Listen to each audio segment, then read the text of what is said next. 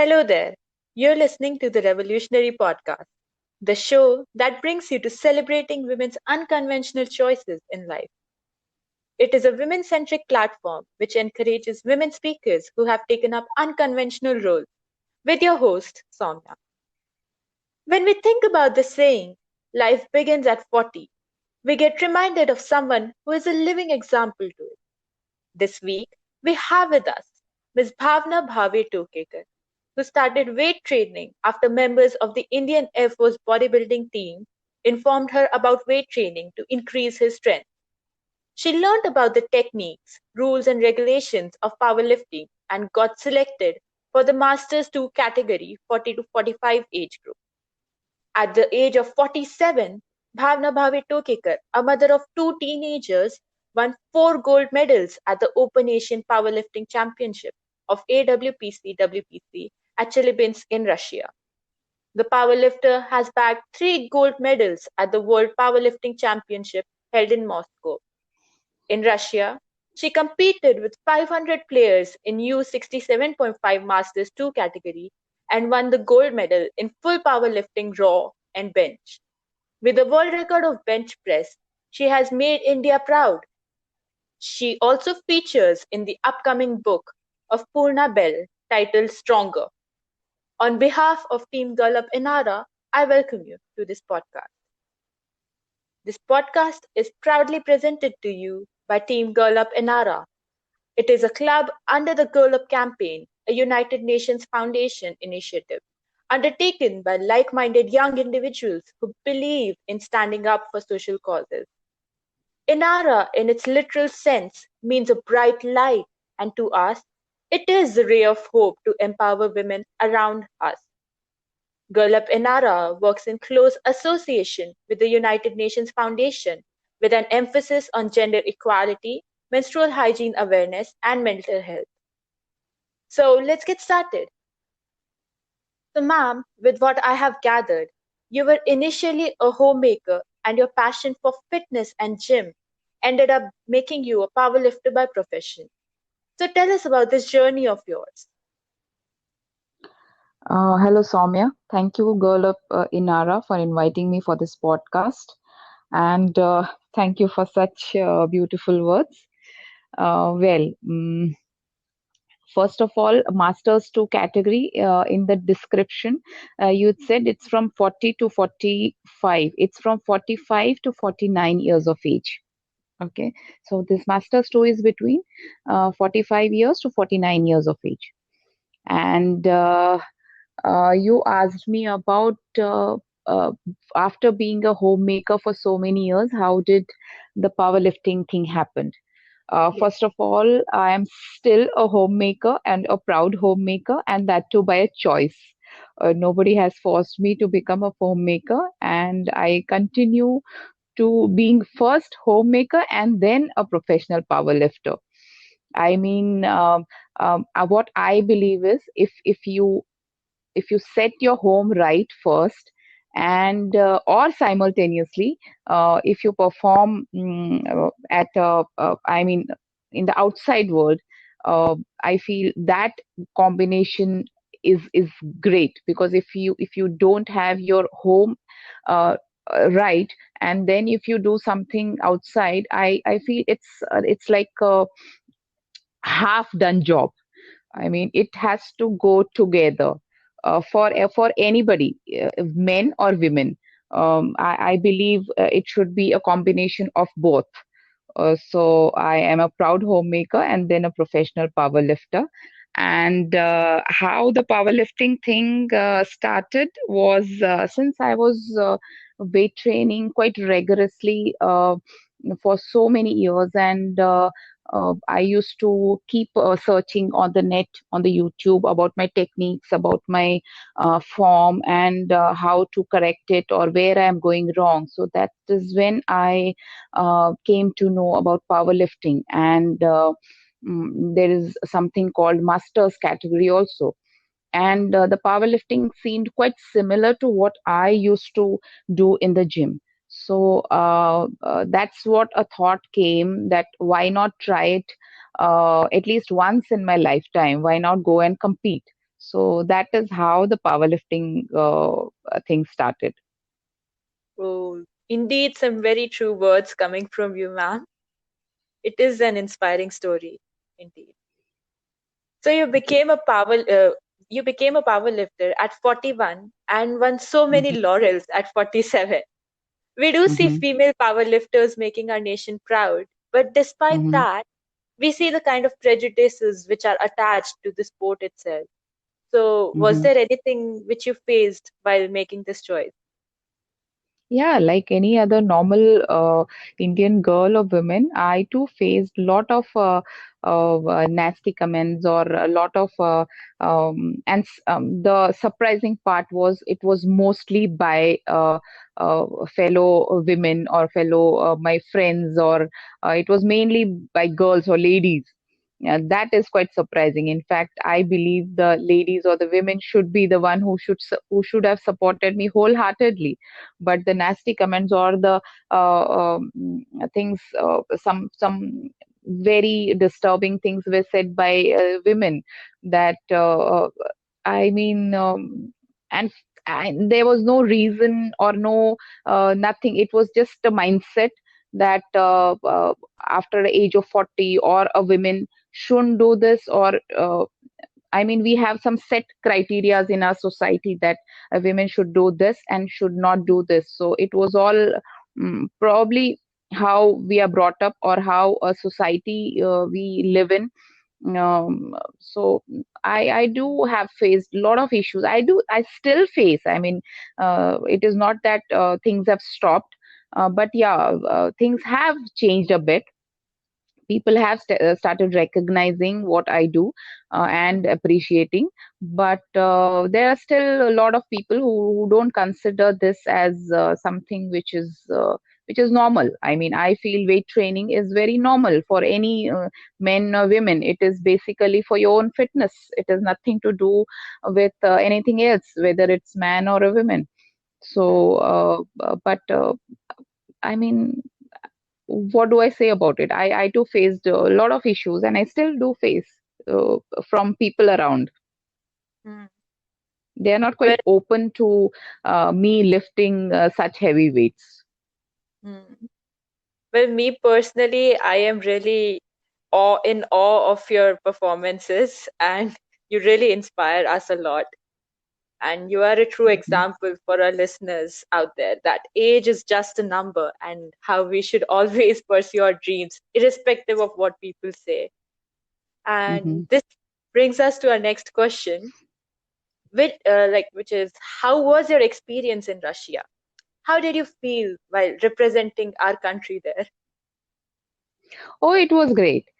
First of all, I never thought of, I mean, winning. I just went there to have an experience, a lifetime experience, right? At the age of 47, if you're representing your country, that in itself is quite a big achievement.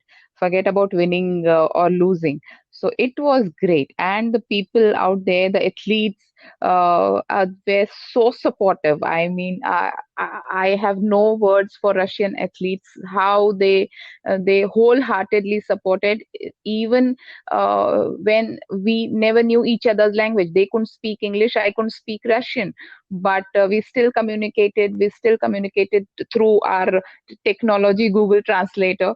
And whenever there was a time when I felt I needed something, or suddenly somebody will come and help you out of nowhere. And I never knew any of the athletes. It was very humbling, very great experience. And frankly, one of the athlete who is an elite power lifter, Hmm. who had helped me without he knowing me or I knowing him, is my coach now. So that kind of help I got from the Russian powerlifters, or the um, the powerlifters there. It was amazing experience. I can never forget how I mean, never forget, and I can't describe that in words. When I went for the first time to lift, uh, it's just there are no words to describe how I felt. Mind blowing. I mean, being in a foreign country for so long is a task which perhaps many might fail. It was indeed because of your determination that you represented India and made every Indian proud. So, Thank also, you. we wanted to ask you, what are your plans for the future? Well, I'm training for my Kyrgyzstan Asian Championship, which will be in June, hopefully, if everything goes well. If the COVID situation is in control and if the international flights are open. So then hopefully I'll be going for my June this Open Asian Championship in Kyrgyzstan. And after that, I'm planning for UK Championship also, which will be in Manchester in August. So let's see, hoping for the best. Incredible. You are truly an ambitious person, and we all are excited to see you in the next phase of your life as well. Proceeding Mhm. ahead, I would like to ask you, what is one of the major life lessons you have learned all this while, which you would like the young women out there to listen to as well? Well, for the young women or men, I mean, I don't discriminate between men and women. For the young people, first is fitness. I mean, now since we have already 1.5 years, we are seeing what it is like to not be fit. So Mm, first is fitness. Uh, it shouldn't be limited to whether you're competing or you're not competing.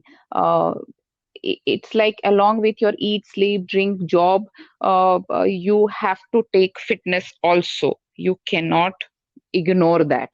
And mm, the next thing I feel, what is the young people should have is confidence. If you have confidence in yourself, if you believe in yourself, the world will believe in you. Like from my own experience, the moment I started believing in myself, the moment I thought I can do this, it's all in your mind. So mm, if you feel you can do it, you can do it. Obviously, you have to work hard towards this. It's just the confidence doesn't help, but along with working hard, if you have the confidence, if you believe in yourself, uh, everything will be set and the world will believe in you. mm. So the key word here is believing in it. Yeah. Believe in yourself. Have Great. confidence that you can do it and work towards it. Yes. So that brings us to our next question. Mhm, You won four gold medals in your tournament representing mhm, India, and mhm. how did your family react to it? Oh, my husband and my kids were more confident than I was that time. In fact, not confident. In fact, they were more sure than I was. I just went there for an experience, but my kids and my husband, they always knew that I would do something more than I was thinking, or I was just going there to participate. But they knew I would bring medals. They were very excited, happy. In fact, my younger one was more excited than all three of us. He went around telling all his friends and everybody what my mother did, and at times it used to be embarrassing when he used to almost announce it like on the during his chats or during his WhatsApp. I had read few, and he was like more excited than any of us was. That's really sweet. So you had a very supportive family behind you and behind all the success. Yes, yeah, definitely. My Great. kids and my husband are my backbone. Yeah. Like I have always been their backbone.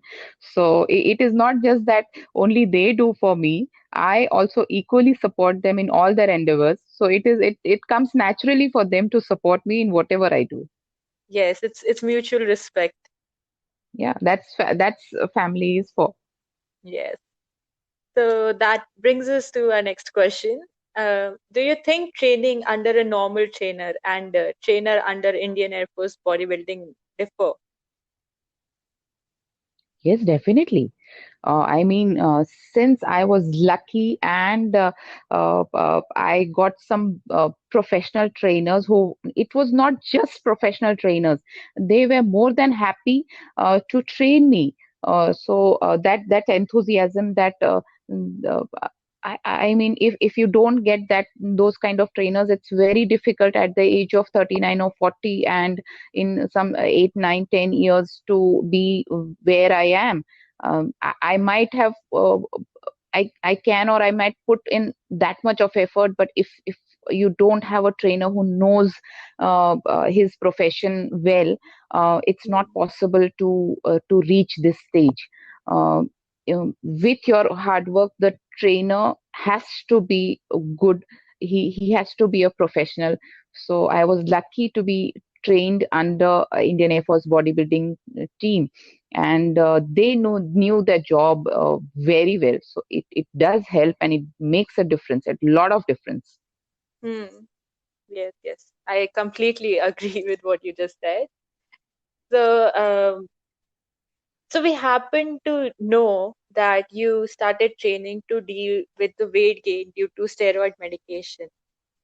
Hmm. So, what else were the ill effects you faced with its consumption? Well, due to the medication, there were a lot of I still do have a lot of side effects. I can't go out in the sun. There are times when um, uh, I mean, I have flare ups, so I again have to take medication, so my body doesn't recover from the training I do every day. Like if a normal person trains and his or her body recovers, my body doesn't recover that fast. So I have to go through all those aches and pains and still train every day. Plus, I have a lot of other issues like lethargy or weight gain suddenly if you are on medications. Then there are times when you have crampings.